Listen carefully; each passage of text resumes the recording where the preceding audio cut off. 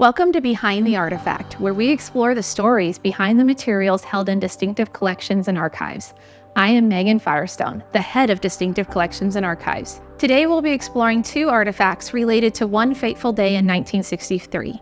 First, let's explore the background behind a presidential trip to Texas. In November 1963, President John F. Kennedy set out on a planned tour of Texas, which, other than a planned political dinner in Austin, had non-political aims at raising awareness for new initiatives. The tour was to take 2 days and cover 5 cities. On the morning of November 22nd, President Kennedy would speak to an audience gathered outside their hotel in Fort Worth before departing for the breakfast at the Chamber of Commerce. Once the breakfast was concluded, the presidential party departed for Love Field, where they would make the 13-minute flight to Dallas. President Kennedy, Jackie Kennedy, along with Texas Governor John Connally and his wife Nellie, would all depart Love Field and make the journey to Dealey Plaza. Shots were heard moments after the motorcade entered Dealey Plaza around 12:30 p.m. Bullets hit both President Kennedy and Governor Connally. By 1 p.m., just 30 minutes after the bullets were first heard, President Kennedy was pronounced dead at Parkland Hospital. At 2:38 p.m., on board Air Force One, Vice President Lyndon Baines Johnson, with Jackie Kennedy by his side, was sworn in as the new United States President. In the aftermath of the shooting, police arrested Lee Harvey Oswald, an ex-Marine, as a suspect in the assassination of President Kennedy. Oswald would later be killed by Jack Ruby, a Dallas nightclub owner, while in custody. On November 29, 1963, President Johnson would establish what would become known as the Warren Commission to investigate the assassination of President Kennedy. The assassination had a profound impact on the nation and the world. President Kennedy was known for his charismatic leadership and inspirational vision.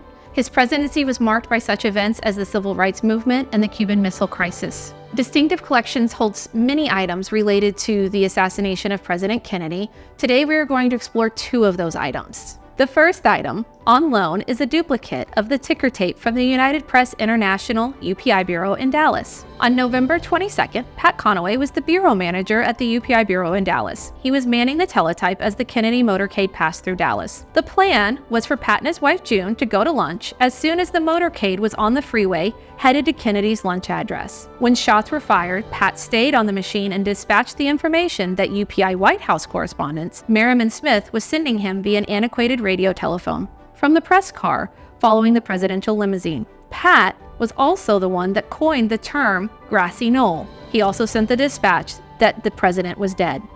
The ticker tape allows one to follow the events unfolding moment by moment. The second item is a commemorative set made for the Texas Welcome Dinner that was distributed by the State Democratic Executive Committee of Texas to ticket holders for the event in Austin that was canceled the evening of November 22, 1963. The package includes several items, including a 1-sheet program of the dinner, a 4-page text of the speech President Kennedy was scheduled to deliver that night, plus a vinyl record entitled His Last 24 Hours, which includes the 3 Texas speeches President Kennedy made and his inaugural address. In addition, there's also a copy of the text of the speech President Kennedy was scheduled to deliver at the Trade Mart in Dallas, Texas, along with the entire original outer black memorial box that houses the entire collection of items. Kennedy's assassination remains a defining moment in American history, triggering deep sense of loss and grief. It continues to be a subject of intense historical study, cultural fascination, and ongoing debates about its details and implications. The items discussed today, plus many more, are available at Distinctive Collections and Archives at Smith Library Center, located at Southwestern University. We encourage you to come in and explore.